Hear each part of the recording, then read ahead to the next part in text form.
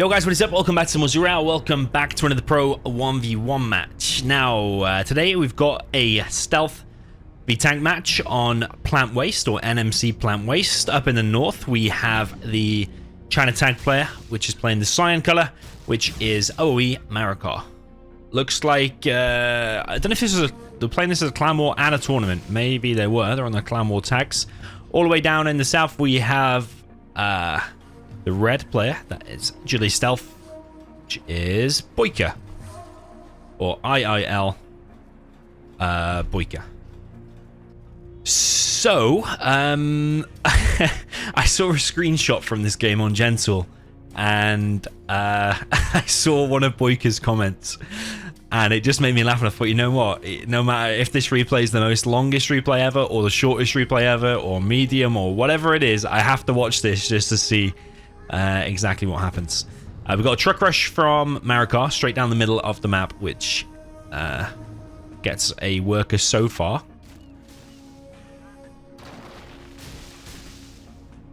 Are we going to see it get anything else? It's at least going to make these workers probably move out of the way a little bit.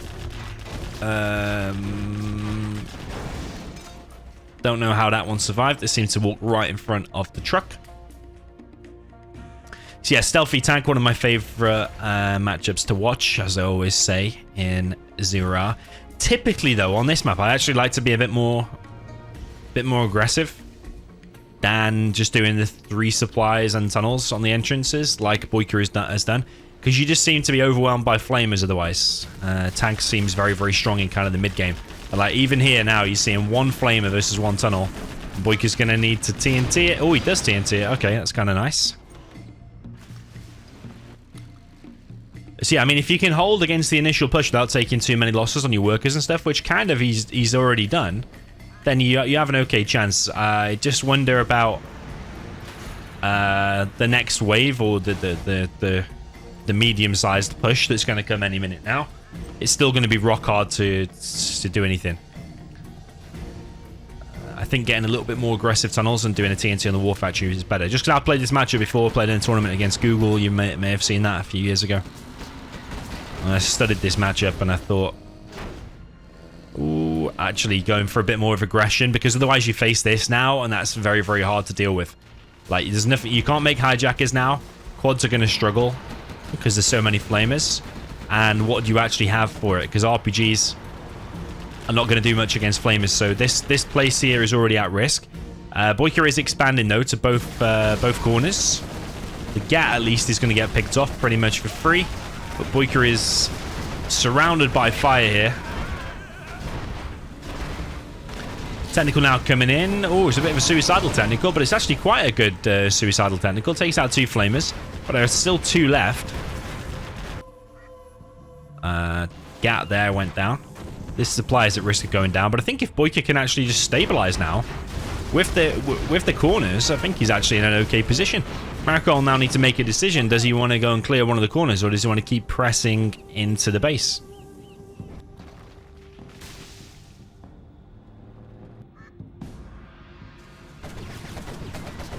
There is a hijacker, but there's an outpost, or 2 outposts even, so you've got to dodge that. Marakar will want to try and keep them alive. He's actually going to find this hijacker, which is bad news for BoYcaH. Yeah, it gets found. So Marakar got quite a lot of control of the mid. There's 2 flamers heading over to the left-hand side. BoYcaH's been floating a little bit of cash. There's no reason why a couple more tunnels couldn't have been there, because this is going to get cleared now just by even 1 flamer. So that's a mistake there from BoYcaH, I would say. He's building a second arms dealer in his base. Yeah, he needs to hold this, otherwise has that supply even paid for itself? Yeah, it's a real shame that for BoYcaH. There's no reason why he couldn't have had a few tunnels dotted around.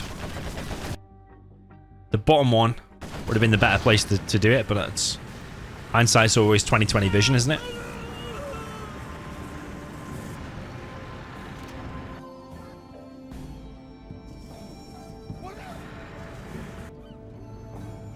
Nice terrorist there from BoYcaH. Not sure exactly where that came from. But gets a truck either way. Supply being rebuilt in BoYcaH's base. The one that he lost. TNT from BoYcaH. He seems to be really on it with these TNTs. I still think that's worth it, actually. It's like 1,100's worth of units to $1,400 worth of units, and you're getting the XP from it as well. So yeah, I kind of like that. But what BoYcaH is doing is he's suiciding units. And if you're suiciding units, you don't have many attacking units out yourself. So if we have a look, yeah, look, he's got like 2 quads. But I mean, that's kind of good, because if you make mass quads against that anyway, typically they struggle, as I mentioned before. So maybe going for more TNTs and then rushing out battle buses. BoYcaH creating a new meta here, seemingly. But sometimes he's just got one tunnel defending, and just one flame is always going to be able to kill it. There is a battle bus out there. Battle bus does clear it up. Loses a few workers here, which you'll probably need to replace. Doesn't have much of a choice in terms of where he can build a tunnel there. But he has cleared this top left, Marakar has.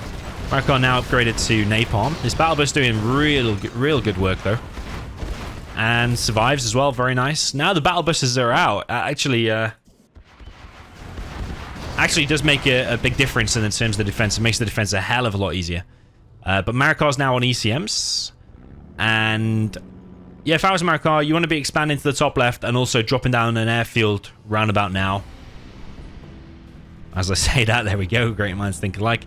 And yeah, going for MiGs, because MiGs are going to be your primary way of taking out them battle buses. Otherwise, you're going to be reliant on BoYcaH making a mistake.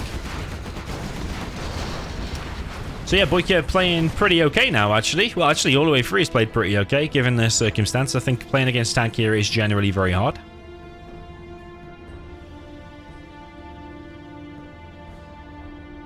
But yeah, we've got to pay attention to the general's promotions here.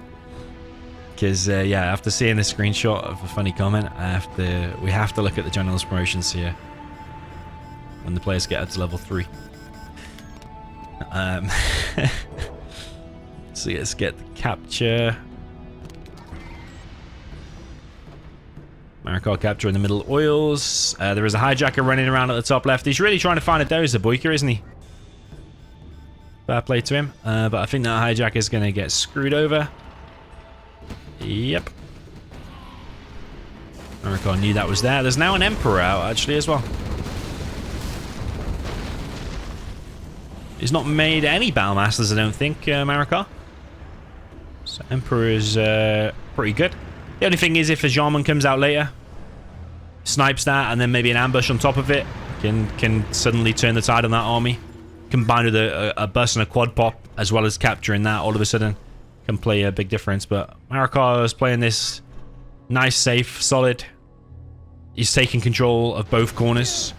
BoYcaH gets cleared there.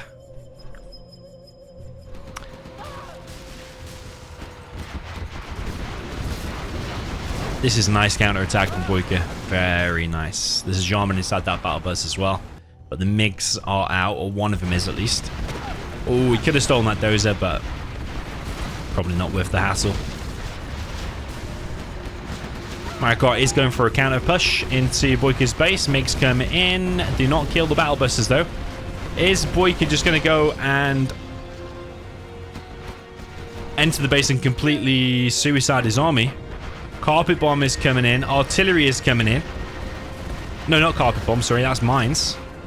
All right, this artillery. We have to look at this artillery.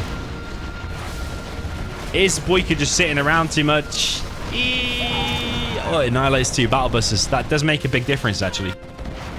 So the screenshot I saw was BoYcaH saying that was the luckiest artillery shot he's ever seen in his life, or something like that. I thought it would have killed the full tunnel. But to be honest, I don't think that was the luckiest one in his life. He heard it fire, and he just left his buses stood there. It could have been a nice counterattack, but I think eventually... BoYcaH didn't bring a worker with him. I mean, how much of a difference does that artillery make? Well, number one, it's skill anyway of Marakar placing it there and annihilating them buses. Yeah, it's a mistake from BoYcaH not moving his buses.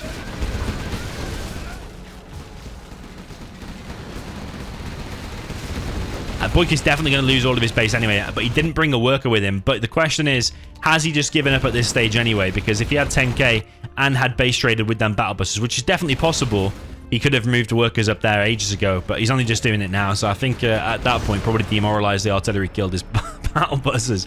I think Marakar is just going to plainly win now. But I definitely think that was winnable if BoYcaH had listened to the artillery and moved his battle buses more north. But Marakar, has he been under any real threat throughout this?